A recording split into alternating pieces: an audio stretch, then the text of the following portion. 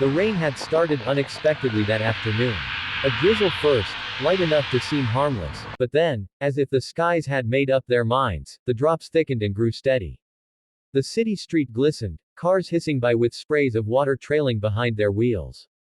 People hurried with their umbrellas, newspapers, or the folds of their coats held above their heads. Among the rush, a young woman in an orange dress stepped out of a parked sports car.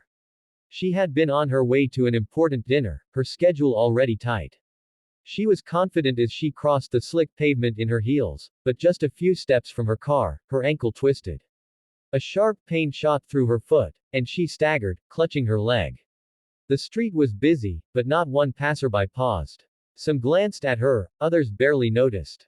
She bent slightly, grimacing, trying to adjust her shoe. The heel had bent awkwardly, and her ankle throbbed. It was one of those moments when vulnerability meets loneliness. And then he appeared. A man in a navy suit with a black backpack had been walking briskly down the opposite side of the street. He looked like someone with places to be, maybe a meeting, maybe a job interview, maybe just another appointment to tick off his day. Yet when he noticed the woman struggling, he slowed. His eyes caught the way she winced, the way she leaned against the pain as if she didn't want anyone to see how badly it hurt. Without hesitation, he crossed the wet street.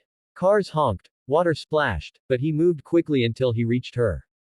"Are you all right?" he asked gently, lowering his voice so it carried care rather than intrusion. The woman looked up, surprised.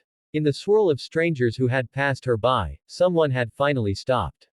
I think I twisted my ankle," she admitted, embarrassed. "And my shoe, it's broken." He crouched immediately, ignoring the rain that spotted his suit trousers. "May I?" he asked, gesturing toward her injured foot. She nodded, relief softening her face.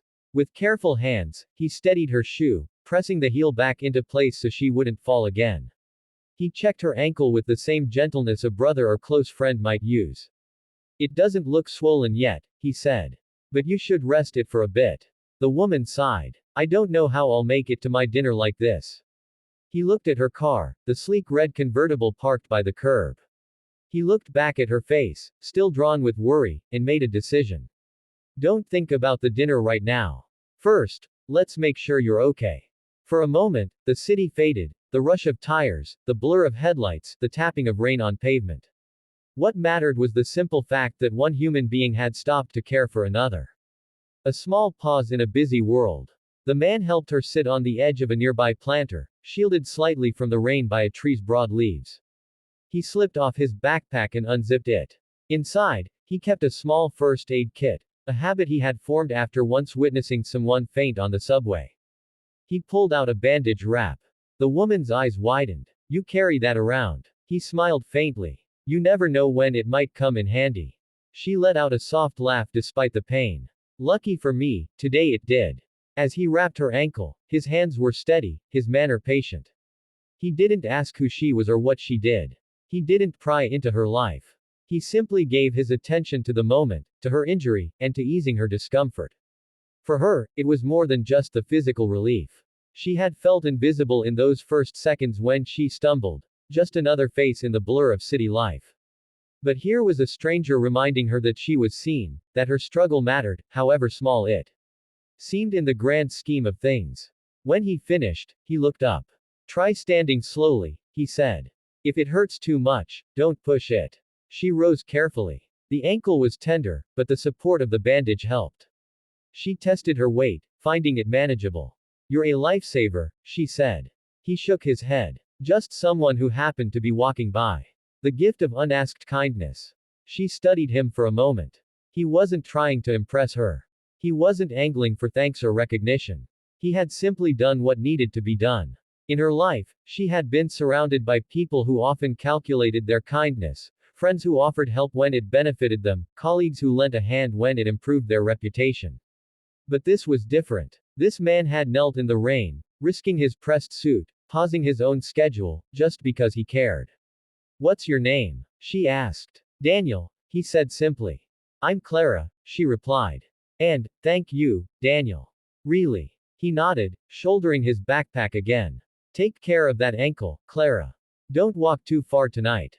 She thought for a moment, then said, "Wait. Can I give you a ride somewhere?" You helped me, let me at least return the favor. Daniel shook his head with a polite smile. I'm all right. My stop is just a few blocks from here. And with that, he gave her one last encouraging look and stepped back into the stream of passers-by, soon blending into the city's rhythm. A memory that stayed. Clara sat in her car after he left, her ankle propped carefully. She should have been frustrated about her ruined evening, but instead she felt something different. She felt a quiet warmth, a reassurance she hadn't expected. It wasn't just about her ankle or her shoe. It was about what Daniel's kindness represented. In a city often painted as cold, where people hurried with their own burdens, he had chosen to stop. He had chosen to see her. That night, as she rested at home, Clara thought about how many times she had been too busy to notice someone else's struggle. How many times she had passed by without stopping. She realized that Daniel's act of kindness wasn't extraordinary because it was complicated, it was extraordinary because it was simple, and yet so rare. Ripples of compassion. Over the following weeks, Clara found herself remembering Daniel often. His face had blurred in her memory, but his gesture had not. She began making small changes in her own life. When she saw an elderly man struggling with grocery bags on her street, she carried them up to his apartment for him. When a colleague at work seemed overwhelmed, she offered to help with part of their project. When a stranger on the subway looked lost, she stopped to give directions instead of rushing past. Each time she extended kindness, she felt that same quiet warmth Daniel had given her. She realized kindness wasn't about fixing someone's life completely. It was about stepping into their moment of need, however small, and lightening their load. And though she never saw Daniel again, she carried his influence forward. Daniel's side of the story. For Daniel, that rainy afternoon was just another day. He hadn't thought much of helping Clara. To him, it was simple. If someone is in pain, you help them. If someone stumbles, you offer your hand. He didn't expect to be remembered. He didn't expect his action to matter beyond those few minutes. But sometimes, kindness is like planting a seed you never see grow. You don't stay to watch it sprout, yet it blooms somewhere, quietly, beautifully.